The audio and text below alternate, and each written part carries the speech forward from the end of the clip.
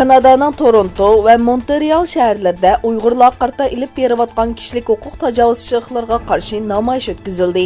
Milliy qarash tashkiloti bilan Kanada Sharqi Turkiston jamiyati tomonidan uyushtirilgan bu faoliyat Toronto va Montrealda o'xshash vaqtda ilib berildi.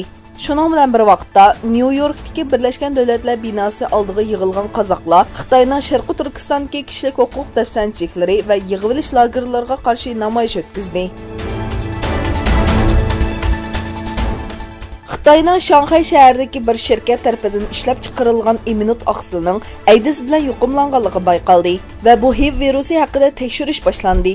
Xitoy Səhiyyə Ministerligining bildirishicha, AIDS virusi bilan yuqumlangan immunit oqsili haqida Davlat Yemeklik va Dori bexatarligi idorasi bilan birlikda tekshirish boshlagan.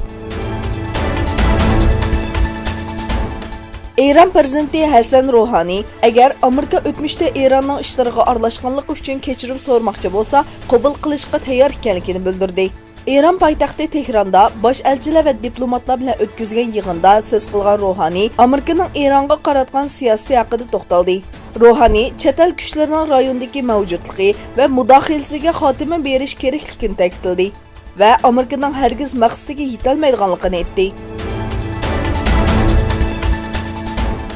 Filippinning janubida yashaydigan Moro musulmonlari siyosiy kelajagini o'zgartiradigan Bangsamoro qonun loyihasi referendumining ikkinchi bosqichiga ovoz berdi.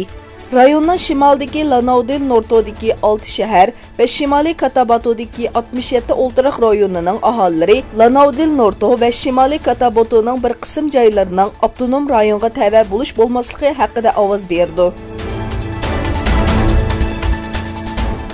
Aqsaray Davlat bexatarlik maslahatchisi John Bolton agar Venezuela armiyasi vaqtliq prezident Juan Guaidoni e'tirof qilsa, embargolardan xalos bo'lganligini bildirdi.